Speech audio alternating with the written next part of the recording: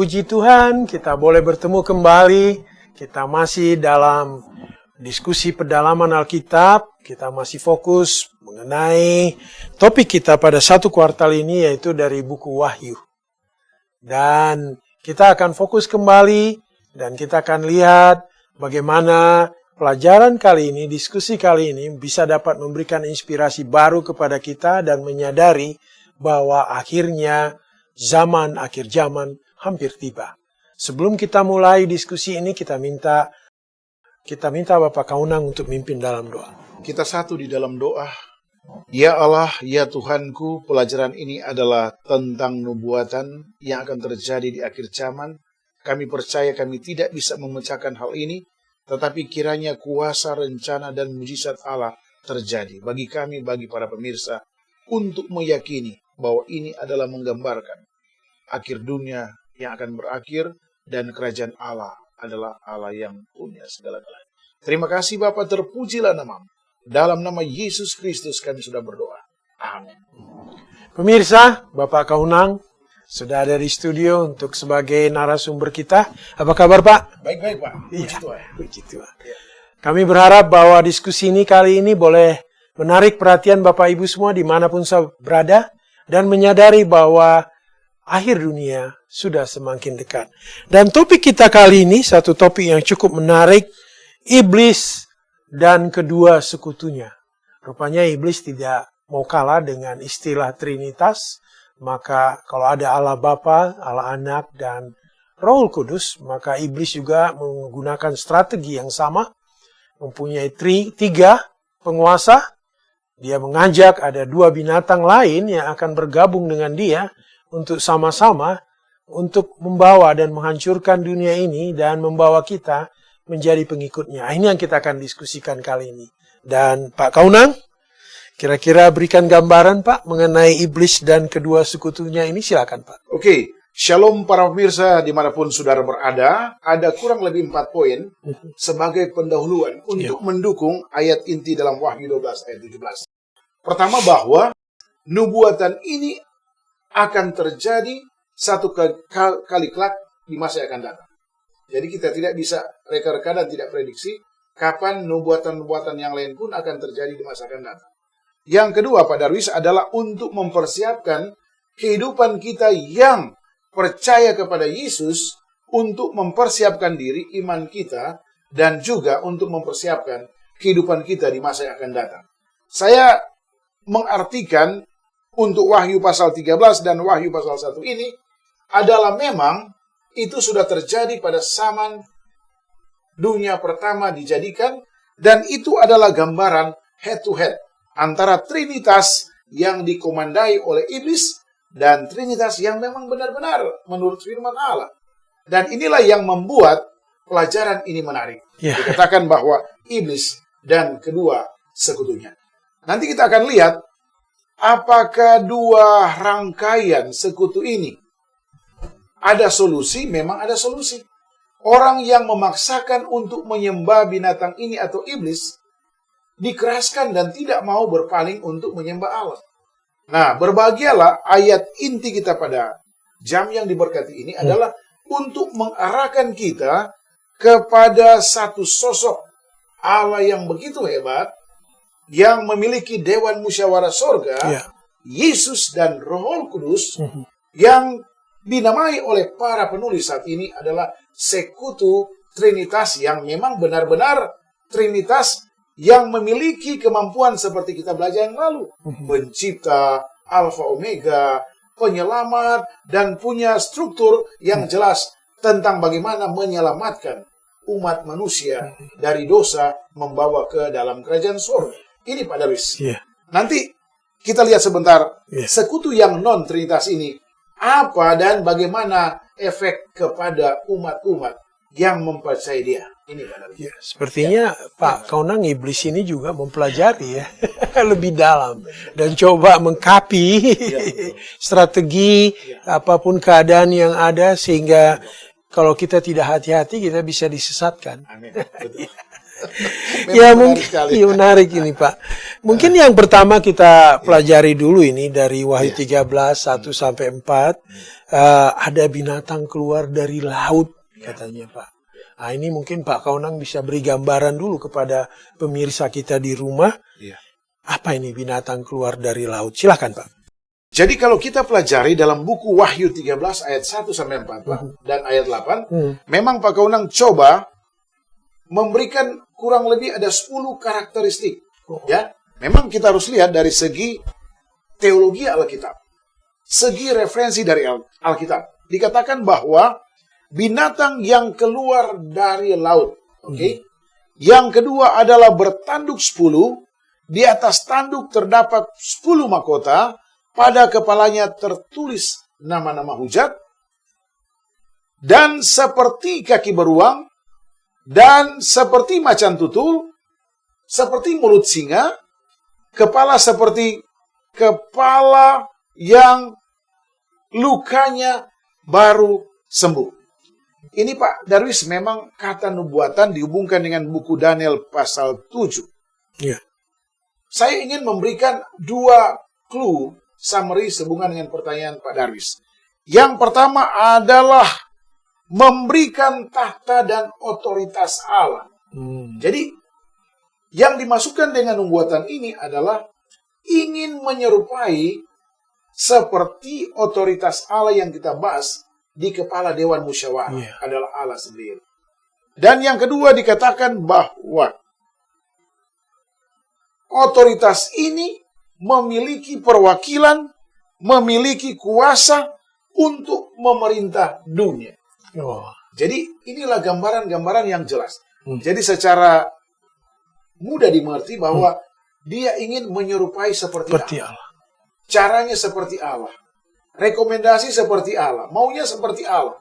Dan ingin melakukan influencing, mempengaruhi orang-orang dengan bahasa-bahasa yang dia ciptakan dan doktrin-doktrin yang dia ciptakan berdasarkan apa yang dia katakan bahwa dia mewakili kealahan untuk sementara kurang lebih 1260 tahun.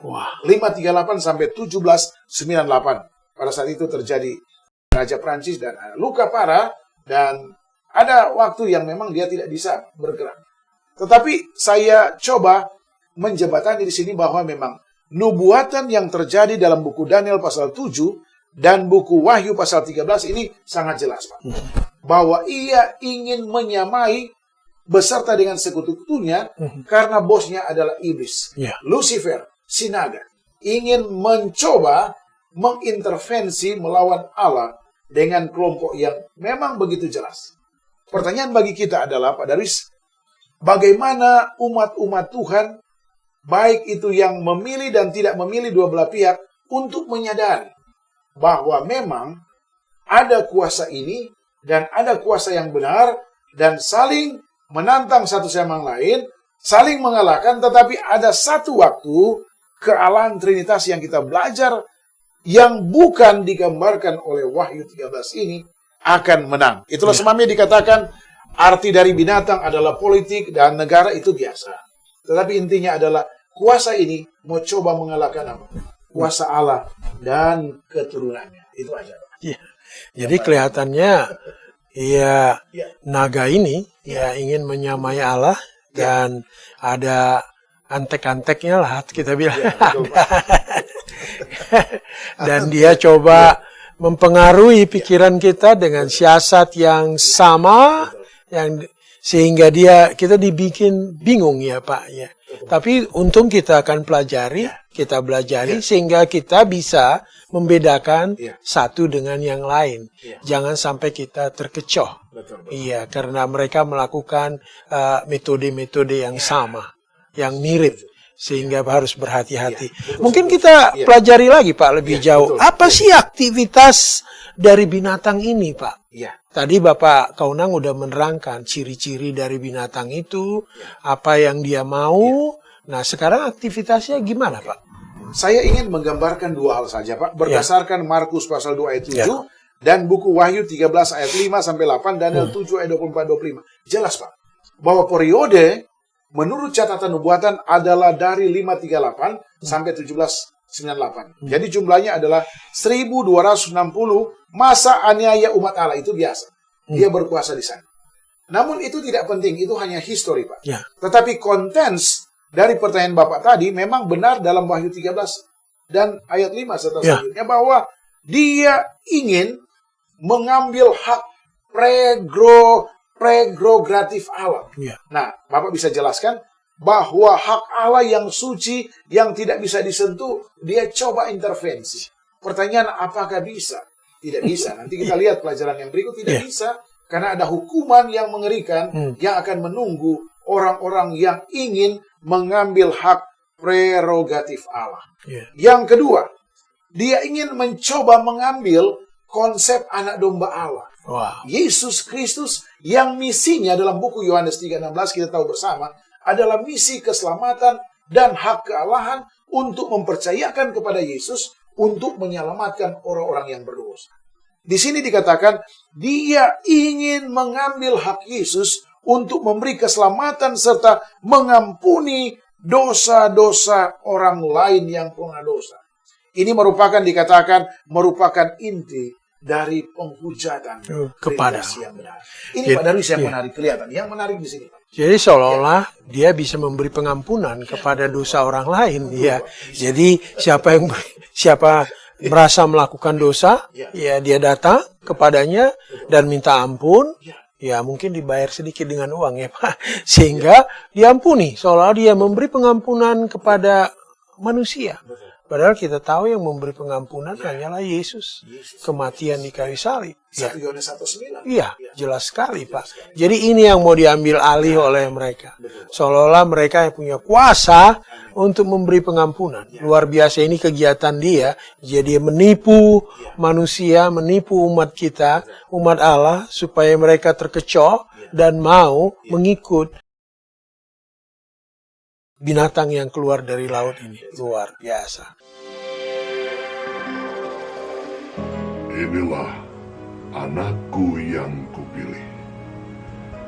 Dengarkanlah dia.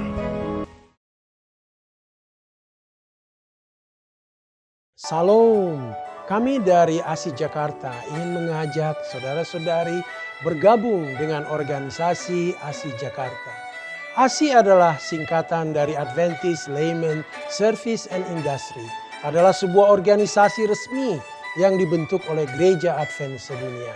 Sebagai sarana untuk kita orang awam, apakah profesi saudara sebagai pengusaha, pegawai, profesional, trainer, pengacara, accountant, dokter maupun perawat, untuk bersama-sama mendukung dan ikut aktif dalam mengabarkan kabar baik di dunia usaha dimanapun profesi Anda masing-masing. Mari bergabung dengan ASI Jakarta. Mari kita bersama membawa pekabaran baik ini di lingkungan profesi kita. Kunjungi website ASI Jakarta. Kami menunggu kehadiran saudara-saudari. Salam. Mungkin kita lanjut lagi. Ada lagi Pak, ini binatang yang lain.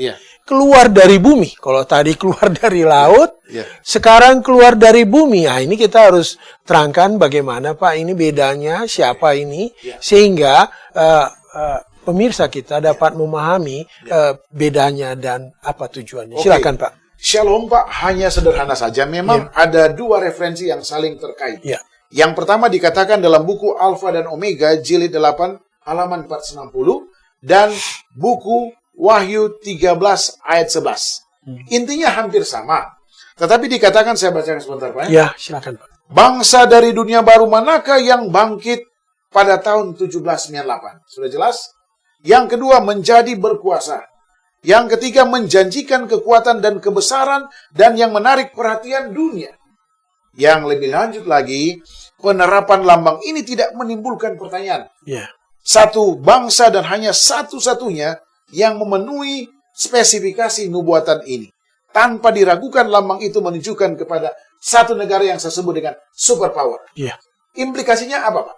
Dia mencoba merangkai bahasa-bahasa seperti anak domba dan melakukan rekonsiliasi sama dengan power yang kita belajar tadi untuk masuk kepada ranah penyembahan satu hari.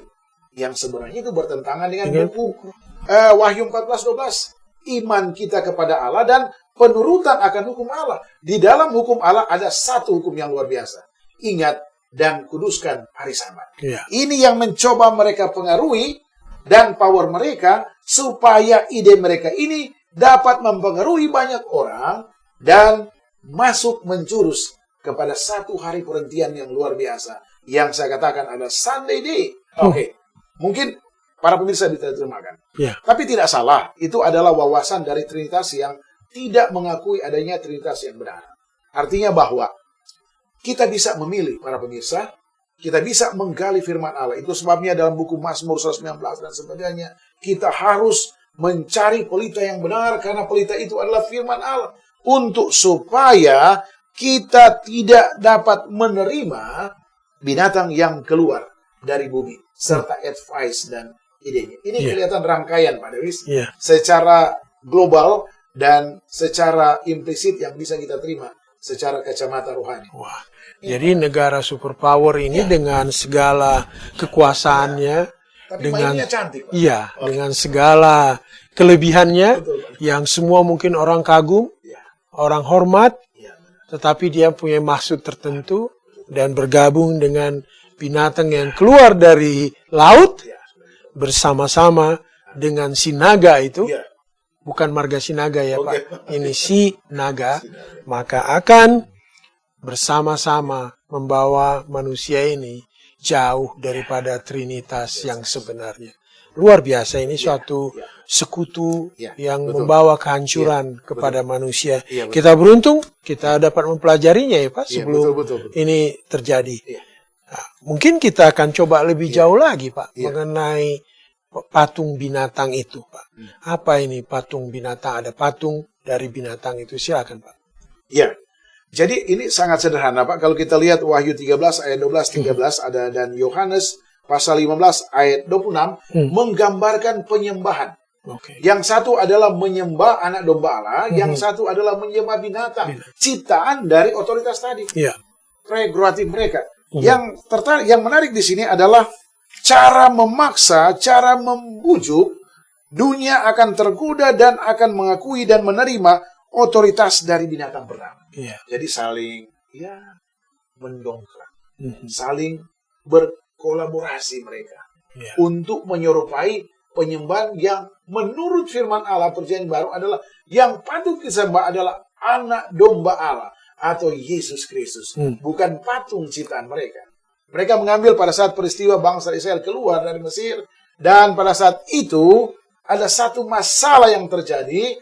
Saudara Musa membuat dan menganalisa bahwa kita tidak lagi menghormati Allah, tetapi membuat patung lembu. Ini salah, sebenarnya benar. Tetapi kalau mereka arahkan kepada anak domba Allah, pada penyembahan yang benar, pada akhirnya mereka tidak terjebak di dalam konsep teologi yang salah. Ini Pak sebenarnya. Jadi yang menurut saya. Jadi kelihatannya bahwa aliansi Trinitas dari ketiga itu akan bersatu padu dan semua orang akan coba melihat dengan pengaruhnya dan bahkan banyak terpengaruh dan semua akan mengarah ke sana. Penyembahan. Tujuannya adalah penyembahan dan kita harus berhati-hati Pak. Jangan sampai kita terbawa kepada penyembahan yang salah. Karena kita harus tetap menyembah Trinitas yang benar, Allah Bapa, Anak, dan Roh Kudus. Ya Pak, jangan sampai tergoda. Kadang-kadang kebutuhan dunia, keinginan dunia bisa mempengaruhi kita Pak. Nah ini kita harus berhati-hati. Kadang-kadang yang ditawarkan begitu menarik, begitu luar biasa, sehingga kita terbawa. Tanpa kita sadari, kita sudah menyembah patung binatang itu. Paketnya. Ya, sepertinya nggak kelihatan, tetapi samar-samar ternyata menuju ke arah patung binatang itu. Kita harus waspada ya Pak ya. Mungkin kita perlu tahu juga Pak, apa tanda-tandanya sehingga kita jangan sampai terkecoh. Ya kan Pak? Mungkin kita akan pelajari apa tandanya ini sehingga kalau kita bisa lihat bagus sekali. Tapi kalau tidak bisa kita lihat tapi kira-kira apa? Silakan Pak Kaunang. Jadi memang referensi banyak yang membela Trinitas yang benar. Yang dimaksudkan dengan tanda-tanda di tangan dan di dahi melalui teologi Trinitas yang benar adalah Ulangan 6 ayat 8, Pak, adalah bagaimana Musa mengaplikasikan kepada bangsa Israel bahwa hukum-hukum itu harus tertera di hati dan di pikiran. Itu memang tidak salah. Ulangan 6 ayat 8, dan itu merupakan tanda yang ada hubungannya dengan menanamkan kesan bahwa hukum Allah sudah ada di pikiran. Dan dilaksanakan di tangan. Ya, cara aplikasi ini. Iya, diaplikasikan. Nah, saya bisa setuju yang tanda dan seed yang non-Trinitas, tetapi itu mengarah kepada cara pandang global. Cara pandang manusia yang berdosa yang tidak seimbang dengan kuasa Allah, mencoba untuk memaksakan bahwa ada tanda-tanda binatang yang dalam berjenis-jenis bentuk. Saya tidak akan uraikan itu karena memang itu mengarah kepada pemikiran orang untuk menjauhkan apa yang dikatakan Keluaran 20 yang sudah jelas untuk memaksakan kehendak tadi kita sudah belajar, otoriter dan sebagainya, untuk supaya berperang ingin mengalahkan bukan Allahnya, tetapi mempengaruhi umat-umat Tuhan yang percaya kepada Allah. Inilah sasaran mereka. Dengan memutarbalikan apa yang dikatakan oleh Ulangan pasal 6 ayat 8. Ini teologi yang sederhana. Jadi mereka membuat tanda baru ya Pak. Tandingan Pak. Iya, tandingan. Yang mirip Pak. Tapi berbeda. Amin. Ya, sehingga dengan tanda ini maka dia menunjukkan bahwa pengikutnya jauh lebih banyak. Amin. Setuju. Iya. Dan mereka menganggap bahwa membuat seolah-olah tanda yang sebenarnya itu tidak begitu penting. Ya. Jadi ini menjadi suatu kabur. Dibuat suatu siasat, strategi yang bisa membingungkan semua orang. Jadi saya kira ini kita harus berhati-hati ya Pak. Dan tanda yang paling fokus kita yaitu mengenai hari Sabat. Jangan sampai ini salah. Kita harus harus kita pegang ini, tanda ini yang menjadi suatu tanda umat Allah yang sesisa. Ya, mungkin Pak Kau ingin menambahkan lagi apa kesimpulan yang dari diskusi kita kali ini? Silakan. Referensi yang pertama adalah sangat jelas dalam buku Testimonies for the Church jilid 6 halaman 78 Pak Darwis. Mengatakan bahwa sebagai juru kabar Kristus, kita harus memiliki suatu perhatian yang mendalam dan sungguh-sungguh pada domba-domba yang kita gembalakan. Apa ini? Adalah mencoba memberikan pengarahan, attention yang benar, interest, daya tarik yang benar untuk mempengaruhi umat-umat Allah di bawah Trinitas yang benar untuk tidak mengalihkan pandangan kepada satu hari yang mereka coba kalkulasi dengan manusia. Rasio mereka adalah Sunday, berbalik kepada hari Sabat, karena Sabat adalah hasil ciptaan Allah. Ingat, kuduskan dan sucikan. Ini yang didukung oleh referensi ini untuk secara mendalam anak buah dari Trinitas yang benar, umat-umat Tuhan seperti saya dan Pak Darius, untuk selalu mengkhotbahkan bahwa ada satu Sabat yang merupakan kunci keberhasilan kita untuk berjumpa dengan Yesus Kristus. Ini Pak Darius yang menarik. Yang menarik di situ Pak Darius. Luar biasa. Amin, Pak Darius. Saya kira diskusi kita cukup menarik. Ada satu persamaan yang salah dan yang benar. Kita harus berhati-hati dan kita harus tetap menjaga tanda yang sebenarnya dari Allah. Jangan sampai salah melangkah kepada tanda binatang yang salah itu. Bedanya tipis sekali, Pak. Jadi kita berhati-hati, jadi kita harus fokuskan lagi untuk lebih dalam lagi mempelajari firman Tuhan sehingga kita dikuatkan dan bisa membedakan satu dengan yang lain. Luar biasa. Baik, terima kasih. Demikian pemirsa, diskusi kita kali ini kami berharap bahwa ini memberikan suatu inspirasi baru kepada kita semua. Sehingga akhir zaman yang sudah mulai berakhir ini dan tanda-tandanya sudah kelihatan jelas. Sehingga kita tetap di dalam kebenaran Tuhan. Sehingga waktu Yesus datang, kita diselamatkan. Demikian diskusi kita kali ini, kiranya Tuhan memberkati dan kita akan tutup dengan doa. Mari kita berdoa, Pak.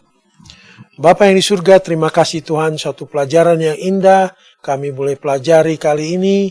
Dan Bapak Kaunang telah memberikan tanda-tanda, memberikan pelajaran yang begitu bagus, sehingga kami menyadari bahwa Engkaulah Allah yang benar, dan kami akan mengikuti tanda yang benar dari Allah saja. Berkati Bapak Kaunang, berkati juga pemirsa yang ada mendengar diskusi ini, kiranya Tuhan juga memberi kekuatan dan berkat bagi mereka. Ampuni dosa kami, dalam nama Yesus kami berdoa. Amin. Amin.